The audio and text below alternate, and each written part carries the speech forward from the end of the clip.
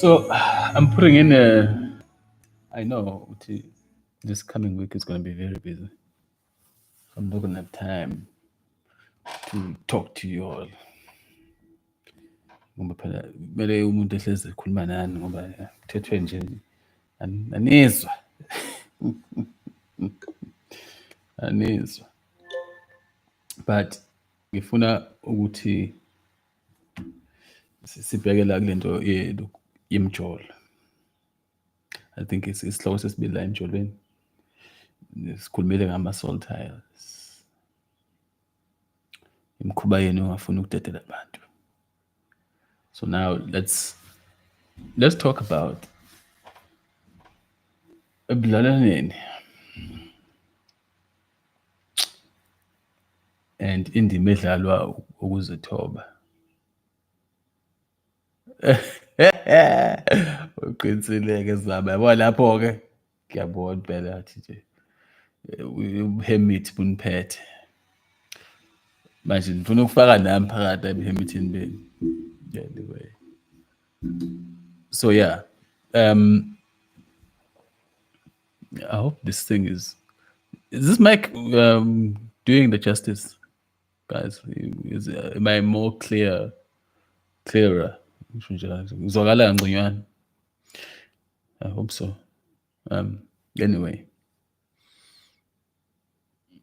lento yokuzithoba, I'm just gonna allow Umkhulu to try and channel through his views on this matter.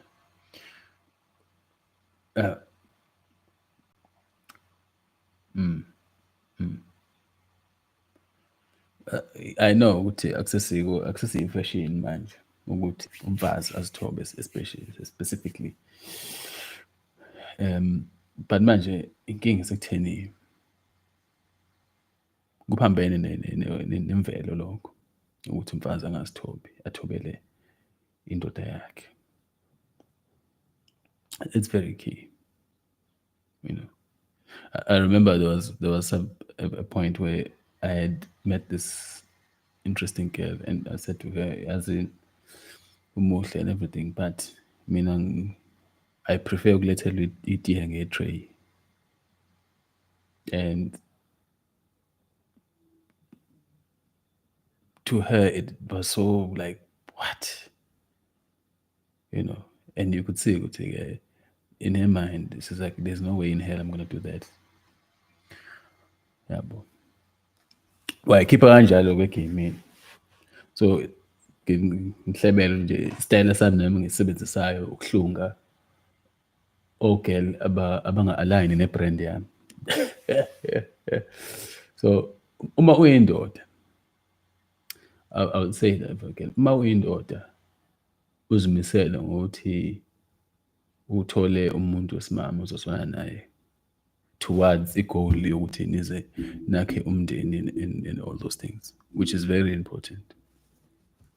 Uma uyindoda uzimisele, ngiyakubona-ke uma usafuna ukudlala ngey'ngane zabantu, usafuna ukuzwa igqey, sure, no problem. Yizwa igqey yakho, but ungafuni izinto zobufazi ey'nganeni zabantu. Yabo. Don't expect umuntu aziphathe njengomakoti wakho, wazi kahle ukuthi uzotsha uyadlula. It's just bad karma for you. It's just bad karma. Because we see laphandle abantu abaningi abafazi babo bebenzela amahlazo and bakhale ukuthi yazini labafazi laba uyabona nje abekho right. Umuntu usethathile manje umfazi useyamhlupha kanti ukhokha amacala okuganga ngeyanza abantu along the way.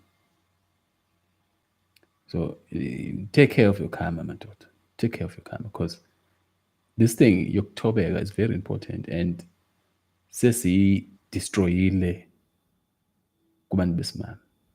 Sesibenze bafila as if ukuthobela umuntu wesilisa usuke uyisilima. So they will always run away from that thing. But manje inkinga ukuthi they know ukuthi it's against their nature ukuthi bangathobi. Bayafuna ukuthoba. Their biology demands it. Their nature demands ukuthi umuntu ame nendoda ekuzoba yona emangaphambili. They want that. They want that security because to them it's a sense of security ukuthi nginendoda and ingiphethe. But manje i-problem ukuthi-ke nifuna ukuphatha iy'ngane zabantu but at the same time aninandaba nazo, anizinakekeli because angeke sibalele eyokuthanda. Eyokuthanda is not a consequence. What is more important ukunakekela umuntu ube nendaba naye and care about their growth and make it worth her while ukuthi njengoba ezithoba kuwe ukwenza endaweni la ku-appreciated khona, la kujatshulelwe khona, la kunendawo.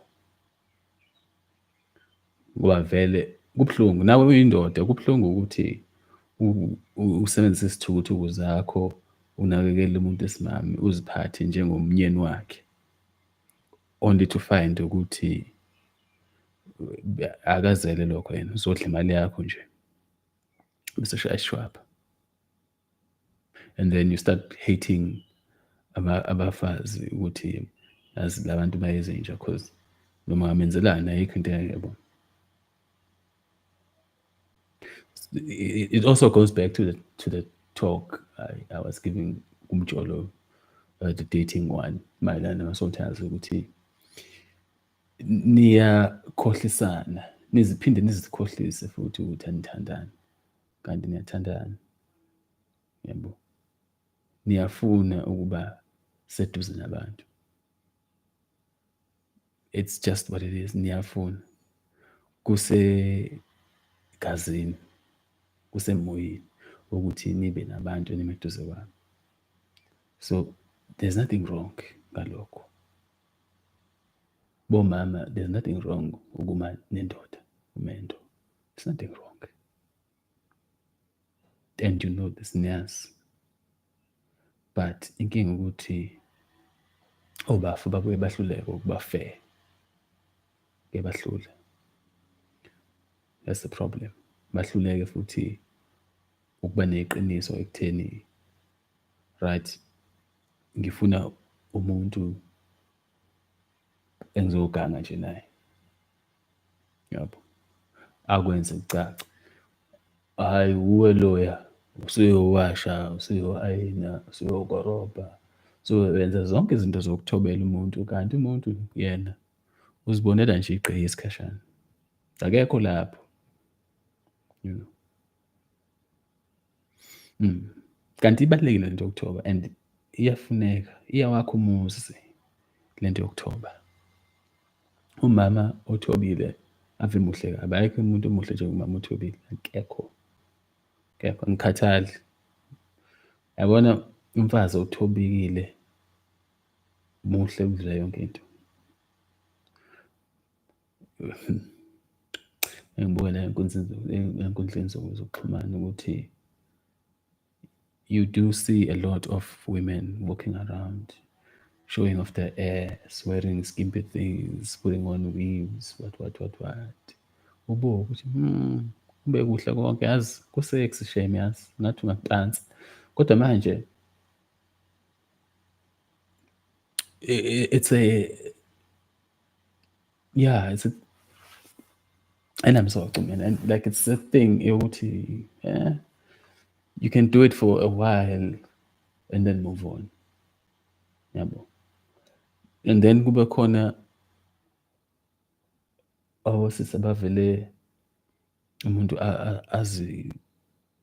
azithande ngendlela yokuthi even kwi-social media yakhe uposte uzifakele ingubo yakhe eshayele ezansi emaqakaleni, isiketi sakhe sishayele emaqakaleni, ufake ama-blouse angalokhuzi, angamkamfuli, yabona nje nasekhaya nasekhanda uyahloniphisa ikhanda lakhe, noma uma engahloniphisanga ikhanda lakhe, ugcina i-natural umzimba wakhe, nobuso bakhe, akazixaki ngama-makeup, bese umlalela nento ayikhulumayo ukuthi hey, umfazi-ke lo, yabo.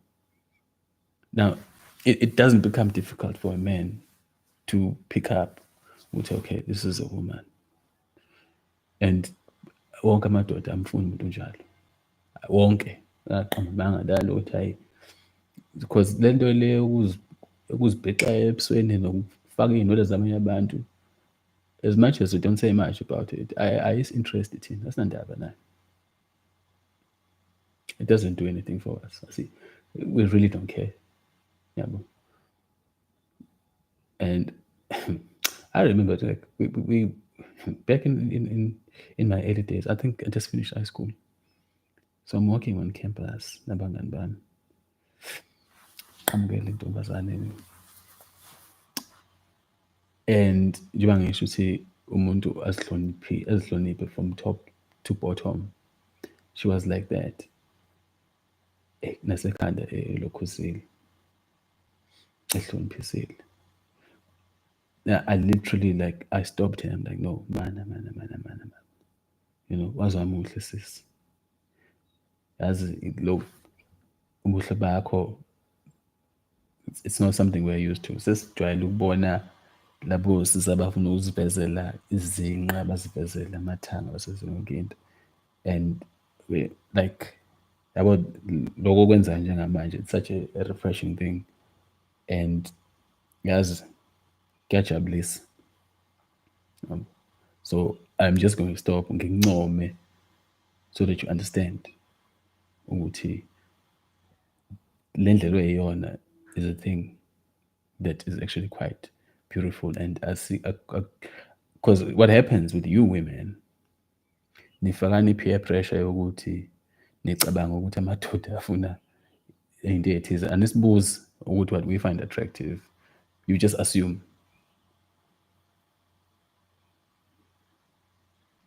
And then you complain. But we don't care. It's not important. So, you know, she was blushing and everything. Ngisamdedela wahamba.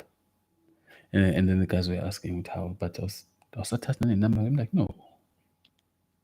You know, bengincoma because, like, nimbonile nani, and nani namanje nisathukile ukuthi kusekhona abantu besifazane manje at our age, you know. So we really spoke about her for a week, and we, like, that there was something that a person doesn't forget. She left an impression, you know, because ukuzithoba kwakhe to herself. Yabona, ukuyithoba ukuthi kuhamba kanjani, it can even show in your bodily fashion ukuthi uthobekile. And that is very attractive. So now women don't want to do that because amadoda amawesheweshe manje. Senamawesheweshe amadoda. Ubusheweshe benu buthi just because it has a vagina usufuna ukuhlangana nayo. Anisafuni ukumisa abantu besifazane according to our standards. You don't want to hold them to standards anymore. Angazi uma niyasaba noma nazi yini, but for women it has come to a point where they think ukuthi they just need to plaster their face and sizoba right. And nalaba abangazithobile abasibona isidingo sokuyithoba, because noma bengayithobanga uzoqhamuka usakhile azofuna iqhe, you know. So they still get men. That's a problem ukuthi laba esazi kahle consciously siyazi madoda ukuthi asibathanda abafazi abangathobekile, but manje because isaqhubeka ziyabashela, they don't see the point. Now, which leads to ukuthi nalaba abanye abazithobayo babone ukuthi azini we're just wasting our time.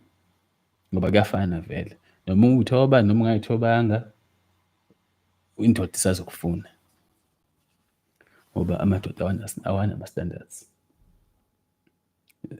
No, asilikhuluma iqiniso.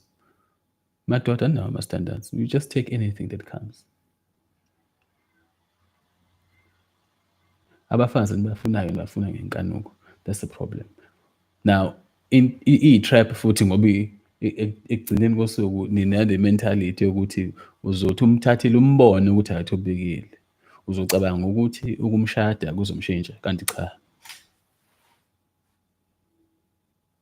Ayisebenzi kanjalo. Hayi.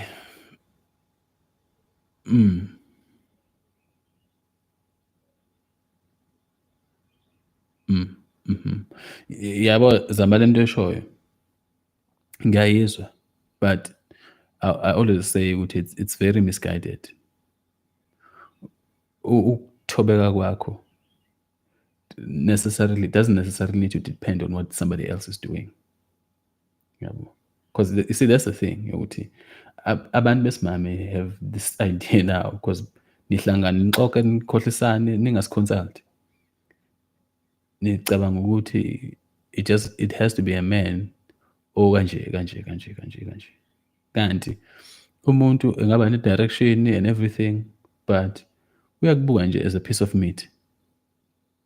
Umthobele wena, fine, sure, throw money, uphile kamnandi, washo wacima, and then at the end of the day uyazi yena ukuthi mayehambile la ethi usaya kwi-business meeting, kanti akayi-business meeting, uyeza imbali nefebe.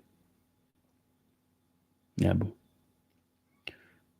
Because he views women as a piece of meat. Lapho wena uthi-ke hayi impohle ngenayo direction. Uyazi kanjani i-direction ukuthi ibonakala kanjani? Ikhombisa maphi ama-intentions omuntu? That's the thing. Ukuthi nisuke nibe nalento yokuthi ad hominem. I speak about it in one of the videos ukuthi there's too much focus on being ad hominem. Nibheke ukuthi umuntu unani before you decide to give him the respect yokuba umuntu. You understand? So, nala ekuthobeni, we need to understand ukuthi ukuthoba thing yenu. Kumele niyimasterishe and be okay with the fact that ukuthoba niyakwazi futhi niyafuna ukwenza. Yabo. And then as men, thina fase ikhulumeke leyo ukuthi singamawesheweshe.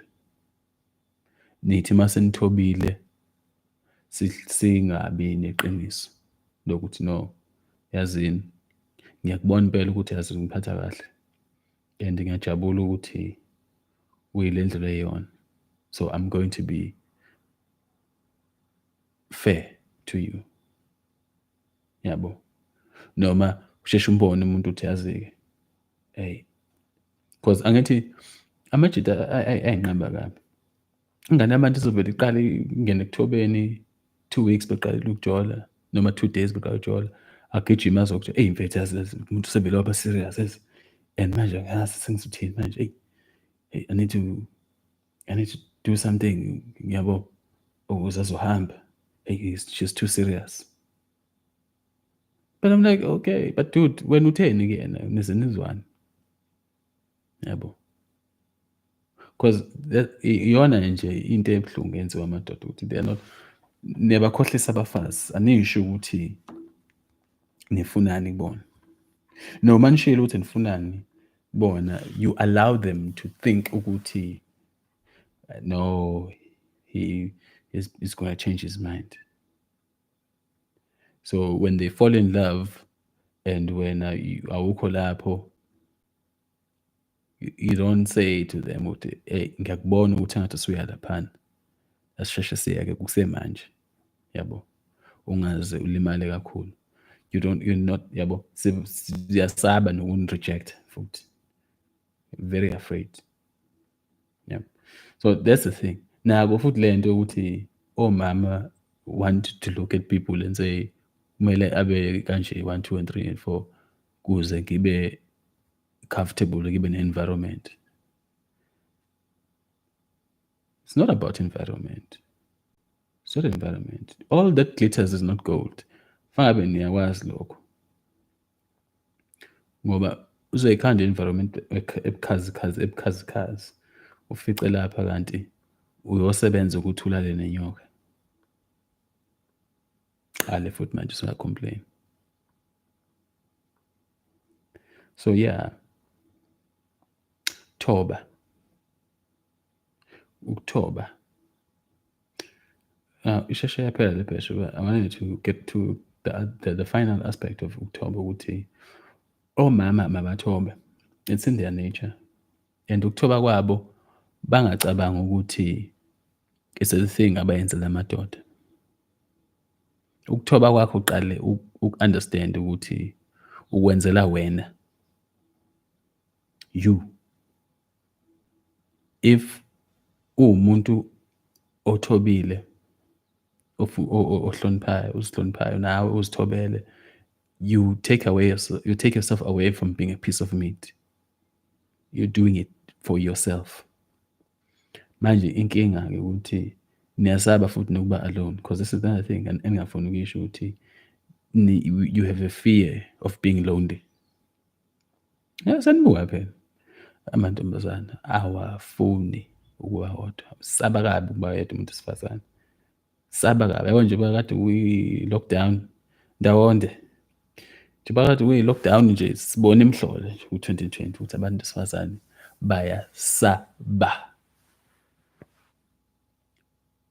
bayasaba. Yeah, no, ngiyayibona lokhuza zami ukuthi umuntu agcine abusive. Angithi ibuyela khona ekutheni amadoda nawo awanalo iqiniso kunina. Asibalekele, but it does not mean ukuthi manje kumele niyishintshe i-nature yenu, yabo. It just means ukuthi amadoda need to sit down and fix this thing. Nani fanele nifunde ukuthi nikhethe indlela eqotho. Ningakhethi ngokubuka. Ningakala abantu njengamanzi ophuthu. Nihlupha lapho. Abantu nibakala ngamehlo njengamanzi ophuthu. That is the problem. Niyabuka ngamehlo nikala abantu ukuthi hayi kushuthi unje lo. Uhamba nge-BM ayishuthi usebenza kahle. Kanti umuntu useyikweletini. Kusukela umuntu oseyikweletini. Kweletu zine-stress asikabi isikweletu. Hlale nawe la usesikweletini. Nawe uyafika la unama-demands. Ngoba nayo futhi enye into. Nje nifuna ukondliwa abantu kweminye imizi. Ningashadile futhi nabo. Nawe uya-eda la. Umuntu aqale manje ukuhlushwa yikweletu la, nawe ngapha fanele akuloku eku-entertainer ngemali. They fall deeper and deeper into depression. And then boom, explode, yakushaya. Starts beating on you because manje unale depression emphethe. And akazi ukuthi kumele adile kanjani nayo. And they can't communicate with you ukuthi ngihlushwa yikweletu. Yabo. Nawe you are disappointed manje ukuthi yazi bengithi lo muntu nje behamba ngemoto yani ukusho nje umi kahle, yabo. So manje senale disconnect. Qale nashayana ke manje. Then you want to say amadoda become abusive. Whereas nisukela amadoda niwakala njengamanzi ophuthu amehlo. It's very difficult, but mina sikhulume singaloku sithengana ukuzwana, sitshelana amaqiniso. That's what I try to achieve with this channel, you know. And it's a good thing. It's not about me, you know. More than half the time I'm transmitting izinto esuke zibekwa omkhulu indlela abayibona ngayo izinto, yabo. So you can't say to me ukuthi ungazi ukhulume kangaka nje wena ke indaba ungaganiwe, yabo. I don't really care about that. So yeah, ukhuluma nje amaqiniso regardless of where I am. Now, yes, so ninale disconnect ukuthi ukuthoba anisakufuni because you've made too many wrong choices. and you don't want to own the fact that you've made the wrong choices. You end up with the wrong guy because umbuke ngamehlo wathi yazi uright. Injalo nje umuntu nimbuka ngamehlo. Like it's a fact of the matter. And amadoda angazi uma yakwazi lokho. Umuntu wesimame ukuthanda at first sight. Umuntu wesifazane uthi uza kuye sekubonile, usedecide-ile ukuthi ngiyamthanda lo. Lokhu kushayela osuke usukwenza afterwards ukuzwana nje, yabo. But manje inkinga I worry ukuthi ngale period yokushelana abantu besimame sebekuthathe njengendlela yokuyiboost i-ego, yabo. They want to feel good ukuthi somebody wants them so bad. They want to keep trying. Nkosi yami yazi uloku ebuyile nje umuntu azizwe beautiful ukuthi yazi. So when I prolong i-process yokushelana, yabo, because manje ufuna it feels good to them ukuthi hawu yazi khona umuntu ongifunayo ungisendela ama-flower, yabo. Kanti it's during that time where you should be picking up ama-personalities. This is when you should be picking up ukuthi lo muntu lo oze kimi umlalele umuntu mayekhuluma ukuthi inhlobo enjani le, yabo. I'll tell you ukuthi that is one of my other ways, madoda, of picking out a potential partner. Umuntu wesifazane qale ngimlalele kuqala into ephuma elokhuzeni ephuma emlonyeni wakhe. I remember my uncle used to say ukuthi hayi umuntu ufaka uqala umuzwe olimini. Ngithi unjalo malume, you know, naye esekusho ngoba sezamnetha walobola konakala kwayohlungu kanjani, and luyasisi sasimthanda kodwa yazi umalumekazi, kodwa-ke washo ukuthi imfundiso yasekhaya. Yeah. So he learned a hard lesson lapho kumalume ukuthi yazi umuntu ufanele umuzwe kuqala inkulumo yakhe ukuthi i-character izovela i-character yomuntu the more they talk. Iyavela kancane kancane.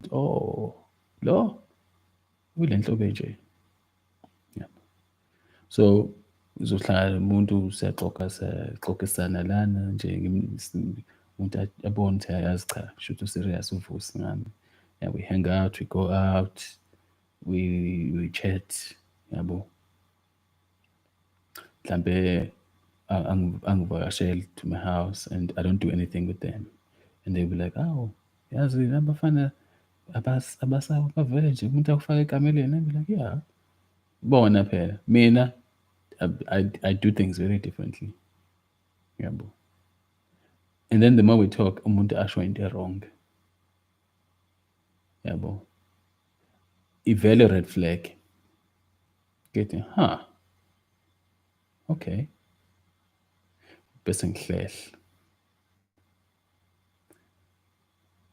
qala umuntu manje baqhuze no, yazini I picked up ukuthi angeke siswane. You have this particular ideas and ideals about life and angihambisani nazo. So it's best ukuthi singayipursue lento. It's best ukuthi siyeke kanjalo, yabo. Ingibangela mase ngiyasheleleza most of the time, I know, but peace of mind is worth it, ndoda. Peace of mind is worth it. Kumele ube ne-peace of mind.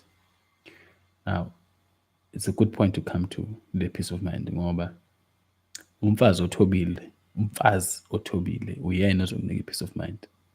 The only time indoda izoba ne-peace of mind ila inomfazi othobekile. Like I swear, yabona, uma umfazi wakhe ethobekile, ngisho ama-insecurities onawo ayaphela, yabo, because you start to understand ukuthi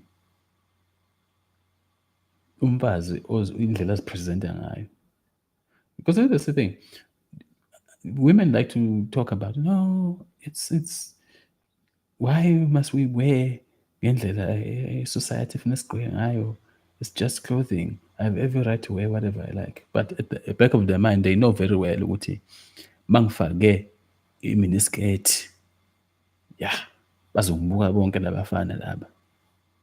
They know this very well, and benzela wona vele ukuthi basuke befuna ukubukwa.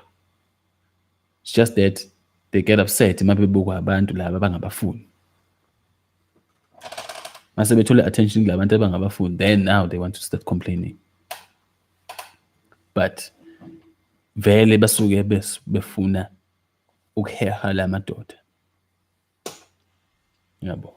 They know ukuthi i-clothing, how indlela othobe ngayo in your body fashion, they know it's very important.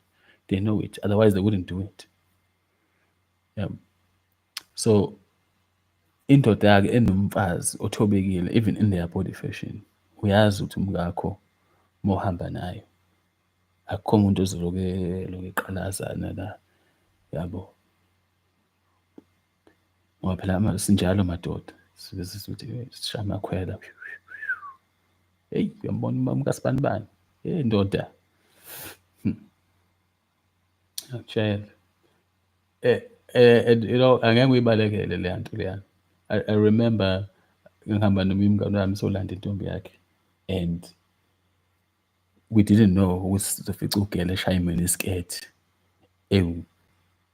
izandla eziwu-2 above the knee, cishe kuvela iphenti, like the skirt was so short, sasilina under the izinqa. Erenke cabanga, erenke. So he is finding i-parking, mina kumele ngidile ngiyomlanda lo muntu, and sambona, and his expression was like, madoda, ngithi mina kanti uthole yephi lo muntu wakho? He's like, hey bra, hey awumlandi guy, ngihambe ngibuye naye, yabona ukuyomthatha kwami, hayi zavungama amadoda, wezwa ukuthi ziyavungama-ke manje, ashe amakhwela ngathi yes, you know. Cabanga-ke ukuthi bekuyintombi yami lena, yabo. And we say, and see, that's the thing, they will say ey'nkundleni zokuxhumana labo sisi ukuthi hayi amadoda ukuthi nje they need to evolve, washa ucima, it's just clothing. What a joke. It's just, you say it's just clothing to the men that you don't want. If it's the men that you don't want who are giving you this attention, then niyalwa. Yeah. But you know very well ukuthi it's not akusinto into right. Yeah. You know very well. But just because you want to achieve something, you do it for that. But that's another story. Women will fix this thing on their own. But yes, Ukuthoba. And Ukuthoba kuletha a peace of mind indodeni. Umfazi othobekile will give you a lot of peace. Umfazi othobekile uyothi ungena kwakho, you will always look forward to go home. Ngoba uyazi ukuthi mangingena nje ekhaya ngihlangana nesmile somngami.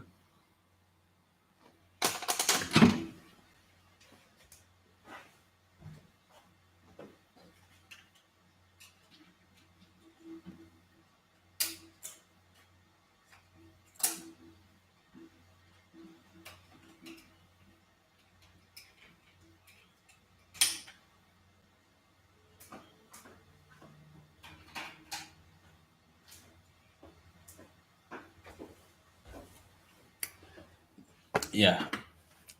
Umfazi wakho uyamamatheka lapha. Ecela ismile sikamama kakho laphana. Yabona ufike endlini ukhathele. umama wakakho lapha, hawu baba, unjani? Hey, ayikho into edisarma umuntu wesilisa njengaleyo. Whatever stress you were going through in that day, sisala lapha emnyango. Yebo. Because umfazi wakho uthobekile, umfazi wakho akazile ngokuthi every day nizoloku nibangane nazi nibangani, niyathethisana and you dread going back home every day. Mase kufanele sishayile lapha sekufanele uye ekhaya, ish bethu, eyi ngeke, ngiyakasathane, qale njalo udlula eshibhini. And then bese beyakhala bethi amadoda aphuza njalo, awabanaki, kanti no, anithobekile, nikhuluma njalo, and because anithobekile nizothi uma nikhuluma futhi nikhulume ngokweyisa, and ayikho indoda efuna ukweyiswa. No one wants to argue. Angazi nibuka ama-TV bese nidecide ukuthi nizo-apply izinto eniy'bona ku-TV emakhaya nikuthatha. Nobody wants to argue. It's not cute. It's not nice. We don't, yabona, yimbi lento, and again, because I think ngizoblame la madoda lawa athi hayi uneconsi, I'm understanding kwakhe, because now iyona lento e-create i-precedence ukuthi umuntu wesifazane uzofike enze ukudelela, igijima indoda iyothenga ama-flowers, lento abayibukayo ku-TV, ayibuye izoxolisa. Ayikho indoda efuna leyo nto leyo. Indoda evumela ukuthi uziphathe kanjalo kuyona, indoda engenandaba nawe, eyaziyo ukuthi ino-plan B, C and D eceleni. Iyazi ukuthi that a man does not need to worry about ama-tantrums akho, ngoba uyazi ukuthi hawu, oh no, ama-tantrums, uvuka ekuseni kusasa, emini during lunch time ehamba uhlangana noSibongile, hey Sibongile, hey, ngifice igcwele phela uthukela. Ethi hawu, umkakho namanje usalwa, wena umazi, yabo. Usune-nickname komnakwenu, indlovu kayiphikiswa phela, uyalwa wena, uma kufika ekhaya sekuzoliwa-ke manje-ke, kuzoliwa. Even umuntu eyintombi yakho akalwi, uyabukisa. Hawu, ufunele umuntu nje kwi-competition manje ukuthi uthe usho u-wrong, hhayi nami ngifaka ngisho u-wrong. How can you be upset ukuthi ngisho u-wrong ngoba ushilo ekuqaleni? Competition. Xatshanwe-ke manje-ke, you throwing a tantrum, hawu, kahleni, animini kancane, mini nje kancane. Mamatheka indoda mayifika ekhaya, mamatheka. Like, ayikho into emnandi njengomfazi othobekile, ngoba uyakwazi nokuthi ucommunicate i-love language naye, uyakwazi, kuba lula, ngoba at the end of the day, indoda ithatha umkwayo ney'ngane zayo ezabantwana bayo, yabo. You come to your home, where are my babies? Naye umngakho phakathi lapho, uyazi ukuthi this man says babies nje, nami ngiphakathi lapho. It's not so difficult ukuzwana, but abantu abayeke ukulwa ne-nature yabo. It's in your nature as a woman ukuthi uthobe, and iyipower leyo nto leyo ukuthi uthobe. Umfazi othobile unayo ipower eyisimanga. Akusilona nje kuphela igqe eyipower kumuntu, wesimame. La ebafaneni yebo uzosebenza eqe, yabo. Ngoba ihlekisa kabi futhi indaba yeqe ngoba umuntu ufike abhede, ayikwazi nokuxolisa lento le, ayifundisanga ukuxolisa. Yabo nje bantu besifazane anikwazi indaba yokuxolisa niyazi ngoba and you can't take responsibility. But that's not what I'm gonna talk about here. But yeah, umuntu kufanele axolise, hhayi sefuna ukufunza ikhekhe. You don't wanna address that issue yokuthi wenze wrong laphana. Funza ikhekhe. Ngoba usekufunze ikhekhe, hhayi sekuxoxiwe yonke into isidlulile. Hey, madoda. Hhayi, abantu abafuni ukukhula. Abafuni ukukhula. Umuntu othobekile uyakwazi ukuthi mayenza u-wrong athi yazini sithando sami la I was wrong, ngenze iphutha la, yabo. Cela siyilungise lento, ungixolele, yabo. Nixoxe la, ayisichaze isitori sakhe, axolise, shed tears, akhale, washo wacimba, you know, but akayibalekelanga i-problem, we-address it, yabo. And then you get it engrossed in each other, seniyakhamfathana, seniyazi senidlulele about two, yabo. There's nothing wrong with ukhamfathana, no problem, but you can't say you're gonna skip a step soku-attenda to i-issue, kumele ekutheni ukhamfathane ngeqe. Na i-problem ukuthi you think this is cute. Inkinga ilapho. Amadoda ayahlupha because you don't hold these women accountable. Niyavuma ukuthi umuntu aloku kushundulula ngezinqa zakhe ebusuku la. Engabuye asho ukuthi yazini I messed up. La nala nala. Throw a tantrum umuntu akubhekele sekumaphandle ebusuku uye manje la seleke efuna ukuthi umthinte. People make it seem like it's something cute. Ukuze nenza ama-meme laphana how stubborn girls make say they are sorry. Hey bo, niyavumela abantu babeqhubeka babe toxic. Angabe abantu niyayimisa lento uka silungise lapha. Yeah. Toxicity, and manje ibuhlungu le-toxicity ngoba iyaqhubeka ingongena ey'nganeni. Umuntu akafuni ukuyehla ngaphansi athi yazini, okay, I made a mistake there. Ngoba akathobekile, akakwazi uzehlisa. That's the thing. And bacabanga ukuthi ukuzehlisa, umuntu azehlisa avume u-wrong wakhe is something benzela wena. I-favor. Kanti lutho. Uzilapha wena. If wehla uvuma iphutha lakho, wena uzilapha wena. Uyakwazi ukuthi ukhululeke emoyeni.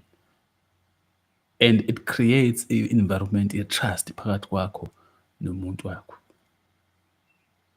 Niyakwazi ukuthembana. Yeah. Very toxic thing. Uthi ezamadoda sikwazi ukukhuluma njalo lento, but I'm trying to lay out a platform for this thing. Uthi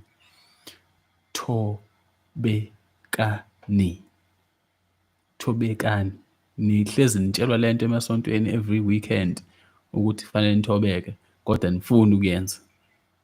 Nithobela abafundisi laphana. Sanibuka phela nithobela abafundisi, ingakho iningi leni lidliwa abafundisi nje.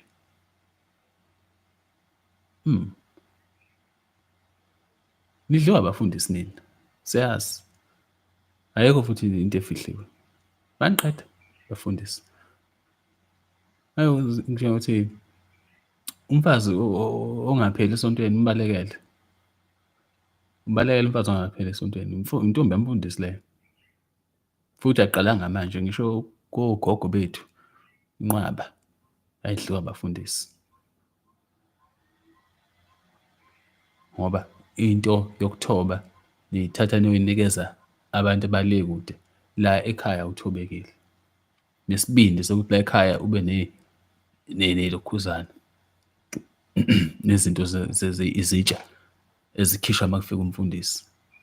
The highest form yokuthoba uyikhiphela umfundisi, kodwa indoda yakho la ehamba iyosebenza ibuye la izokondla ney'ngane zakho, ayinayo into ethi, hawu, okay, lokho kwababa ekhaya. Utatazela manje sekufika umfundisi la ekhaya sekukhishwa i-China eleliy'ntuli. You want to do the highest form of your love language to ama-strangers, kodwa umuntu wakho awukwazi uku-communicate i-love language naye, awumthobeli.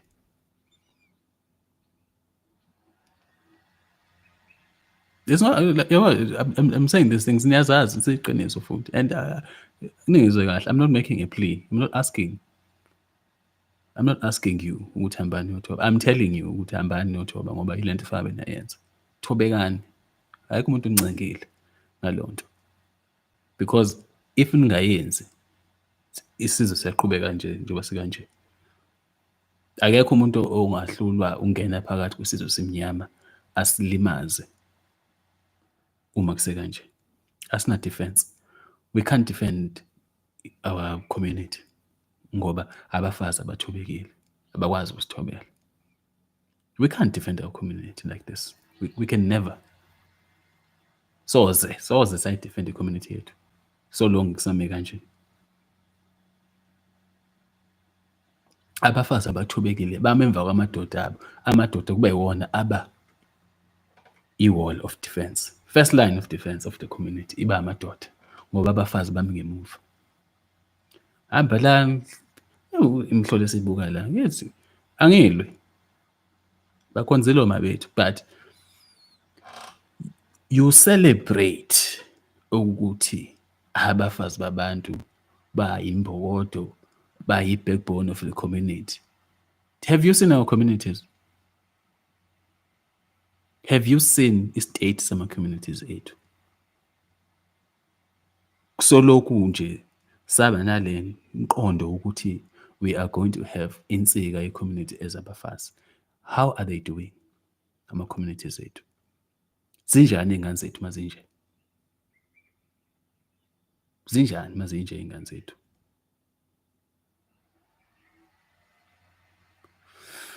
With a 65-year-old woman okutshela ukuthi yena akakwazi ukuxolisa. Injani nje leyo? Injani nje njengaleyo? Umuntu una-65 kade ayinethwa imvula, but has never come to a point in their lives where they know ukuthi yazini kumele ngithi ngiyaxolisa mangenza iphutha. Yeah, sonke siyayazi lento. Our parents can never say they are sorry. And that's the reason behind that is because abathobekile. Makhanda qinile cement. And then you turn around and think it's cute and you learn from them and you bring it to us, your boyfriends and your husbands. You bring this toxic behavior, we let it actin, and then we are supposed to be okay with it. No, can't be. Can't be. In this channel, we talk nation building, so uzongixolela.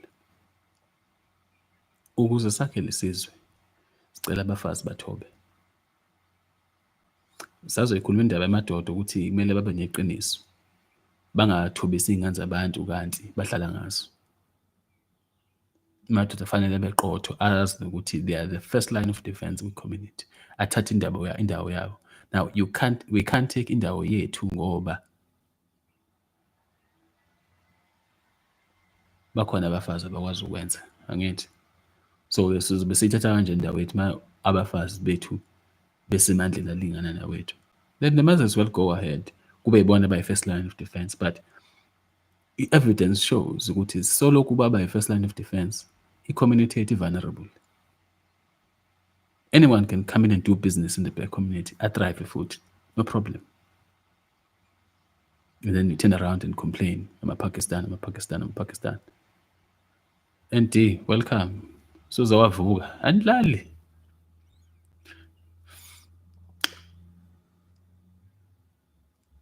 Gena abantu in our community. Bazenzela umathanda, basimame. Because the first line of defense is women. Ayikho enye community ene first line of defense eyabafazi. Ayikho. Just le yabantu abamnyama. Mina mangisuka la ekhaya ngiyokwenza umsebenzi emzini womlungu weNdiya one. Mangifika khona ubaba khona engekho, ngizotshela ukuthi my husband is not home. Cela simlinde. Ume ngaphandle kwesango azafika uhusband abe khona endlini. No, okay, sure. Yeah, nansi lento ekade ngidinga ukuthi ilungise, then you work. Bese yahamba. Yabo. In the black household, kufika noma ngawubani. And umama would make decisions. Ubaba ufika ekhaya sekunefinisher entsha angayazi. Sekulenge isithombe angasazi. Because the first line of defense, umuntu wesifazane. And the thing is, the other races know this very well. That's why whenever they need to sell something to our community, they'll push a black woman. Pambi. Whenever they need to sell us anything, bayazi ukuthi mabefuna ukudayisa something in the black community, they need to market it to abantu besifazane. That's why most ama-adverts, ubheka ama-advertisement. Bheka ama-advertisement ukuthi how much they circulate around the black female. They know. Bazi kahle. Akusiyo nje imfihlo ukuthi in order to penetrate the black community, you have to go through the woman. And then the women have the nerve to come and chant ukuthi they are the pillars of our community. Whereas they are compromising it ngoba bafuna ukuthobeka. Nesilisa. Sazoyikhuluma emadoda ukuthi amadoda wona lobu wesha benzayo ubusilimaza kanjani. But le yokuthobeka is very important. Iyafana nayo le. Because you can't have the one without the other. Kumele kubalance. Thobekani. Fundani ukuzithoba. Futhi nje angifundi ukuyikhuluma, yabona nje umuntu wesifazane othi uyi-Christian, angifuna nokuyizwa indaba yakhe ngoba uhlulekile. Sokusuke sehlulekile nje. Ngoba lento le yokuthobeka ikuGenesis 3 verse 10 to 15. Ilapho nje.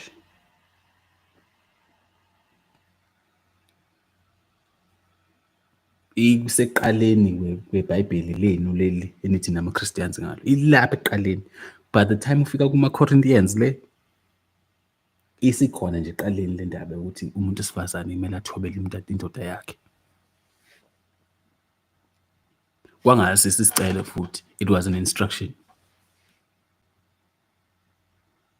And there's no way in the chapter 3 kaGenesis la ithi khona nawe ndoda uzothobela umkakho.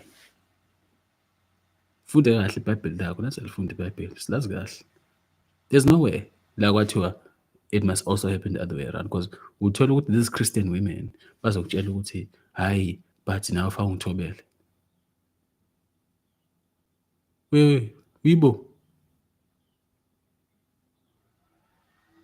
If sibheka ngobuChristian lento le, if sibheka ngobuChristian, which I don't like doing, if sibheka ngobuChristian, it says to you ukuthi i-first responsibility yomuntu wesilisa is to answer to God. The second responsibility yomuntu wesilisa is to live off his sweat and brow. alime inhlabathi, enze kube khona ukudla, sebenze kanzima.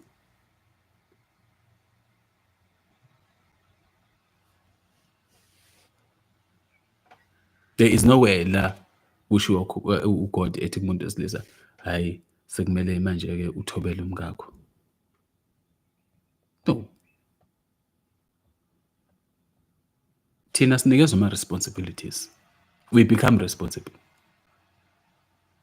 according to that Christian doctrine. We are responsible.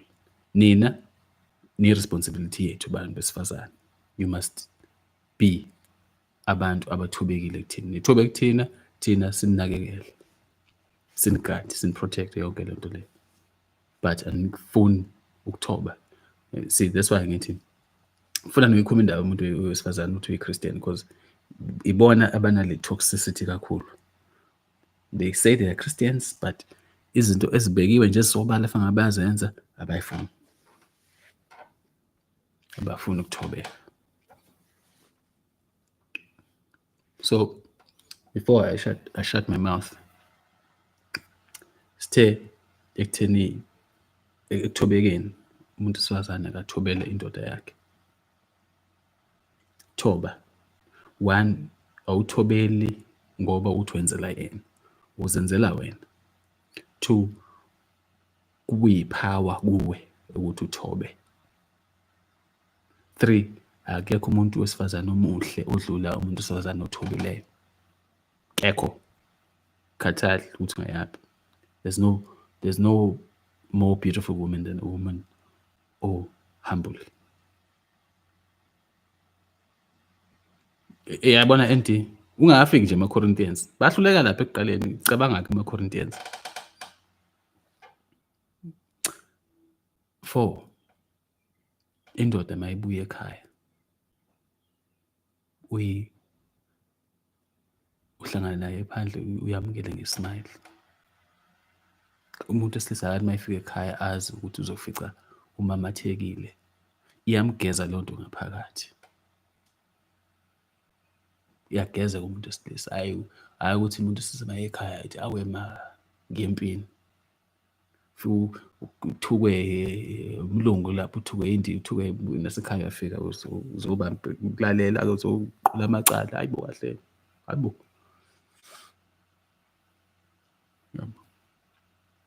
Ukuzithoba, it's not difficult. Ukunje ingoba like I don't know if it's being lazy or what, but anifuni ukwenza and nibala izathu ezingekho. Izathu nje ezingenamsebenzi walutho. Manje ibhlungu lento, ibhlungu ngoba egcineni nithi masenene na 60, nina 70 sekusuka lenkungu le, then manje seniyagijima nifuna ukuyotshela izingane ukuthi ke emshadweni kuyathotshwa. Kodwa kukuhlulile wena msamusha. Hlulekile. Ukuboneke ngoba usuna 70 uthi hayibo. Yazi lento yokuthoba ibalekile. Usuyofuna ukuyisqueeza in the 15 minutes onikeze wona ukuthi ukhulume emshadweni. Nithi niyayala. Yala kanjani ingane emshadweni ungazange uyikhulise ngaleyo ndlela? Ayikho into oyiyalayo. Futhi bayiyeke nje le nto ngoba niyasibedela. Ngeke umkhulise umuntu in 15 minutes. Uhlulekile ekhaya ukumfundisa leyo doctrine leyo. Nawe ikuhlulile. Suthuka ngoba nakho ingane siyagana, siyatatazela, hawe ma.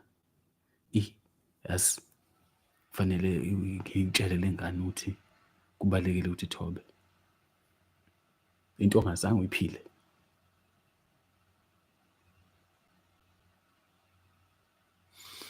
Hlole nisibukisayo nalaphandle. Hlole nisibukisayo naphandle. Thobekani. Ningalindi ukuthi niyoze niganwe kuze nithobe. Ngoba enye into oyenza ukuthi ningagani nje ingoba anithobekile. Umuntu wesilisa akasisisilima. Thina asinayo nje lento le yokuthi simodern, asinaso isimodern thina. Sishaya nje ngesimodern. Lento le yayifuna umkhulu nathi sayifuna. Yabo.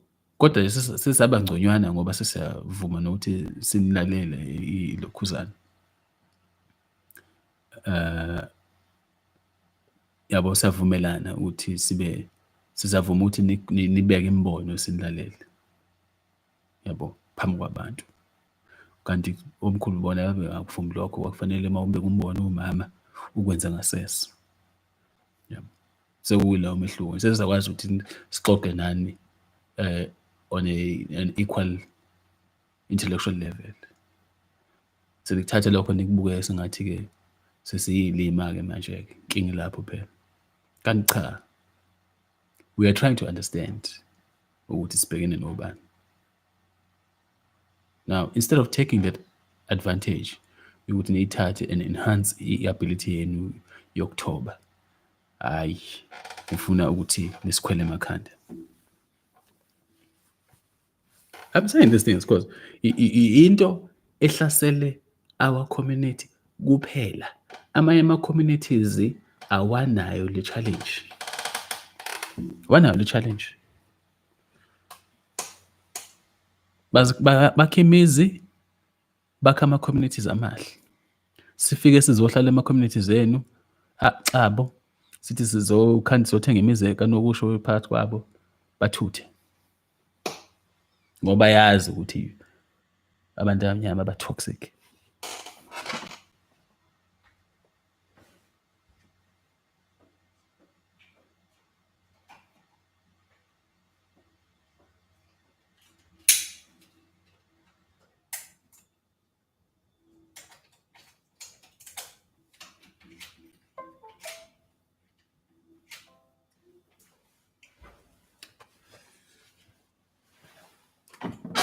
Bayazi. Umuntu afuna ukwenza i-doctrine in 15 minutes and 15 minutes.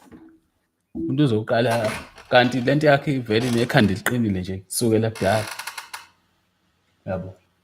Ubafu uyithathile ngoba ebone amanye ama-qualities wathi yazi ngizocimeza ngenaki lento yokuba stubborn kwakhe. Yabo. So yeah, abantu bayasibalekela la. Sihlalele phela esilungwini nathi ngeensuku zethu. Lathi ukuhlala phakathi kwabelungu. La safika khona kukhona abelungu abasekho sebathutha. It's not just ukuthi ngoba basabe ukuthi abantu bayantshontsha in air. They know ukuthi we are toxic. We are very toxic. We bring toxicity wherever we go ngoba abantu abanayo lento yokuthi bathobelana. Even emaflatini, if uzoba i-neighbor yomlungu, uzohlala isikhashana. Fika i-girlfriend yakho nethethisana, abathutha same time. Because theyabona ukuthi hey yazini makufike laba there's no peace and quiet. Shabachithe. Wherever you go, banibalekela. Like it's a fact of the matter, and it's not because ukuthi abanifuni kwashawacima, yaba abanifuni kwashawacima kodwa ni toxic nani. Kumele siku-understand lo ukuthi we are very toxic. Like it's so sad because abantu besifazane abamnyama they can be so combative singekho isidingo. Umuntu afune nje ukulwa, abe confrontational, angafuni ukuba cooperative. Hayibo.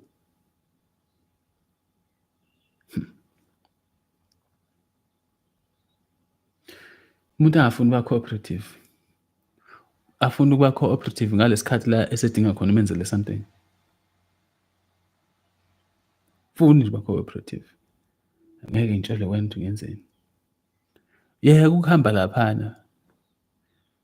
Bosebenzisa this other road because laphana kuwukuthi ungahambi laphana. Ngizozwa ngawe imoto yami le. Hamba umuntu la ngokuthenga hambe khona liqhuma isonto. Ufonela wena kuqala sefanele manje uzomsiza. You know. Refuse to cooperate. Refuse. Ngoba in your psyche you have this combative nature against umuntu wesilisa. hlezi ithe ukuthi hayi nami phela ngiyakwazi. That is toxic. That's why we can't seem to get our community in the direction esifunayo, because asikwazi ukubambisana. Akubambisaneki. Akubambisaneki. Because we are dealing with abantu abanama egos kakhulu. Fike kube ego kumama, kube ego kubaba. Hayi. Thobekani. Umfazi makathobeke. Muhle umfazi othobekile, muhle. Siyamthanda nje thina umuntu wesifazane othobekile. Mina-ke nje ngithanda kabi umfazi othobekile. Thanda kabi nje. Awu ngilethele itiye nge-tray, ngiyayinothisa leyo nto leyo. Okay.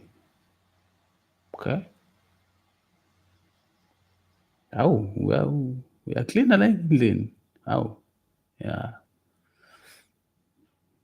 Wow, okay.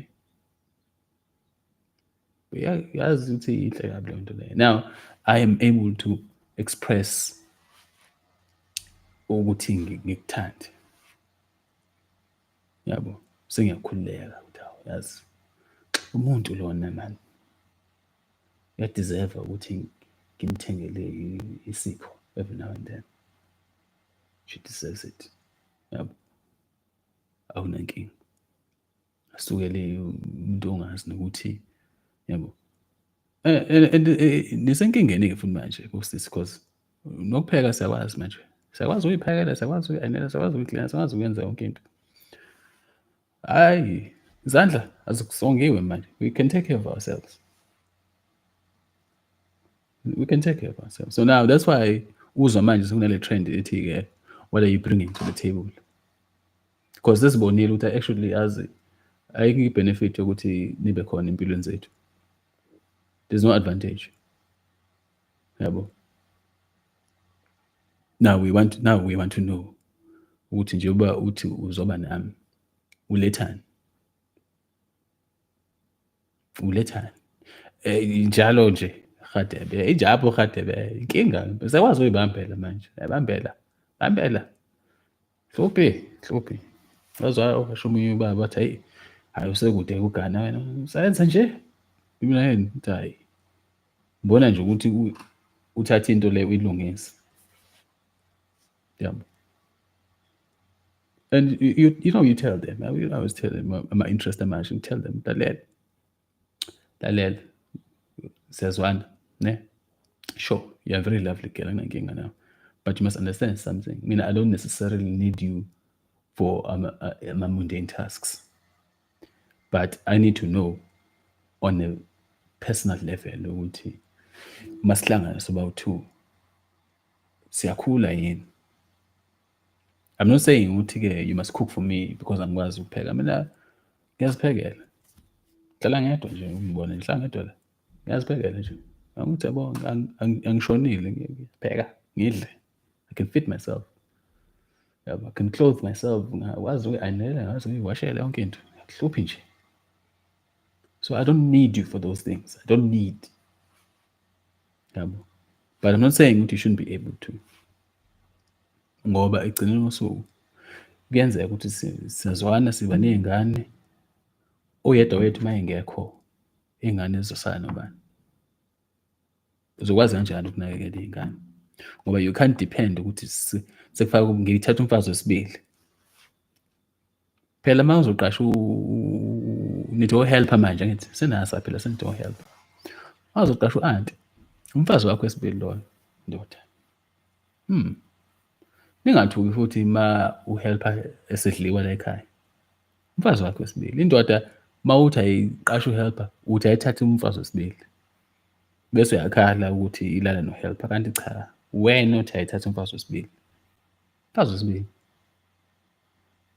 Ayinandawo ihelper phakathi komuzi. Ayinayo indawo. Kumele nina nobabili la ekhaya umuzi nubambe ube under control nuthi. Ungahlula ukuhandlisha umuzi wakho umuntu sifazane. Ungahlulwa ukuhandlisha umuzi wakho umuntu sifazane. Kuyihlazo nje. Angikhathali nokuthi unamajazi amangaki, uhola malini, kuphi nakuphi, kodwa nje uma kwakhona i-helper, umfazi wesibili loyo. Vuma-ke uthi indoda ihambe ithathe umfazi wesibili ongcono. Vuma. Hhayi, umfazi wesibili. Ngoba yabona ikhaya lakho mawumuntu wesimame, ikhaya lakho liyisibaya sakho. Uma uzothatha enye inkunzi, inkomazi ukuthi izongenela esibayeni, inkunzi izokhwela. Injalo nje. Lokhu nikhohlisana ngezinto ey'ngekho la. Niyabheda nina. Thatha imikhuba yabelungu nifuna ukuzoyenza. Nizenza inkinga yayo, that's the problem. Nifuna ukuzenza abelungu. Lokhu niqasha abantu nibenze igqili emakhayeni ukuthi bazoklina. Nifuna ukuzenza abelungu. Kunabafazi ababili mncako. Buka. Nabafazi abawu-2. Ukuthi yabo abantu bayathusa ngoba abayi-understand lento leyo. Umuntu wesifazane kumele ngabe uyazi ukuthi i-home, umuzi wakhe is her space, is a sanctity. It's supposed to be sanctified. Why are you allowing ukuthi kube khona inkomazi egidana nawe esibayeni without expecting ukuthi inkunzi zizokhwela phezulu?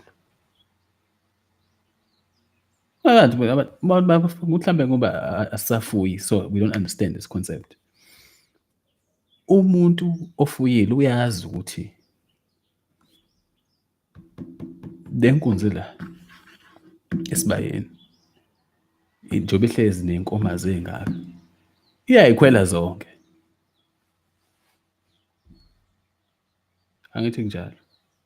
So angazi why you're surprised. I don't know why you're surprised, Mncango. Then people want to complain. Kodwa abafuni ukuvuma ukuthi yazini. Uma ngiganile umuzi wami kumele ukuthi. Futhi nje indoda uma ikuthathile yathi ayithathe isithembu, uthatha wena wedwa. Bamba ke ntombi. Bamba ntombi.